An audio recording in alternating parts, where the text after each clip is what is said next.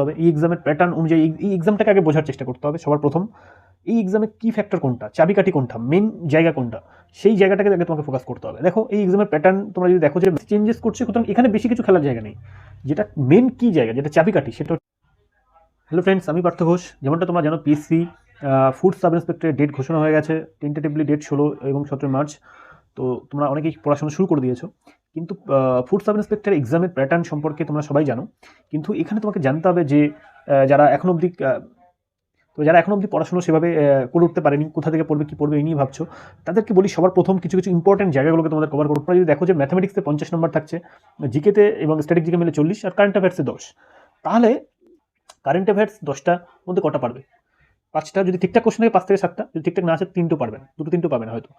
ঠিক আছে, যদি ঠিকঠাক কোশ্চেন আছে, আমি ধরে নিলাম যে ইজি টু মডারেট কোশ্চেন হবে, তাহলে তুমি 5-6টা পারবে।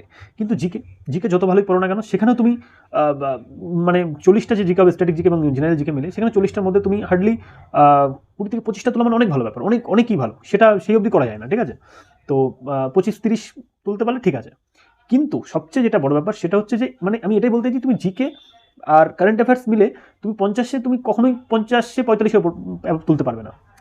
যেটা মেন কি জায়গা, যেটা চাবিকাঠি, সেটা হচ্ছে ম্যাথামেটিক্স যে জায়গাগুলো তুমি যদি দেখো, যে same chapter, PSC miscellaneous, clerkship, food, same chapter, সেই অ্যারিথমেটিকের যে প্রফিট লস, পিতাপুত্রের অঙ্ক, সরল সুদ, জটিল সুদ, ঠিক আছে, তারপরে সিম্পলিফিকেশনের অঙ্ক, একদম লসাগু গসাগু, এই জায়গাগুলো থেকে কোশ্চেন আছে। মিক্সচার অ্যালিগেশন, মিক্সচার থেকে কোশ্চেন আসছে। তাহলে এই যে জায়গাগুলো, টাইম অ্যান্ড ওয়ার্ক, এই যে চ্যাপ্টারগুলো তুমি বলছো, এই চ্যাপ্টারগুলো থেকে প্রতি বছর কোশ্চেন আসছে, এবং কোশ্চেন খুব যে বিশাল কিছু কোশ্চেন আসছে তেমনটাও নয়।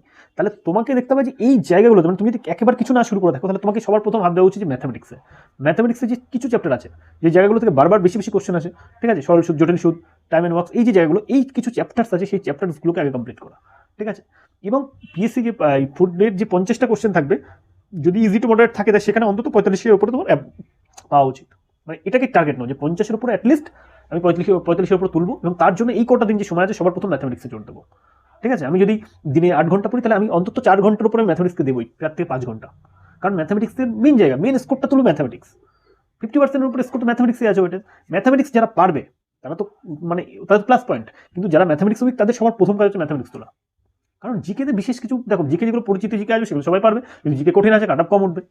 জিকে তো কেউ মানে আউট অফ বক্স কেউ পড়তে পারবে না, সম্ভব না, ঠিক আছে? কত পড়বে? পিএসসি যেভাবে কোশ্চেন চেঞ্জ করছে, কেউ সম্ভব না। সুতরাং তুমি ট্র্যাডিশনাল যে জিকে আমি কিছু ভিডিও বানিয়েছি, যে মেন টপিক্সগুলোতে তুমি আগে জিকে পড়ে নাও।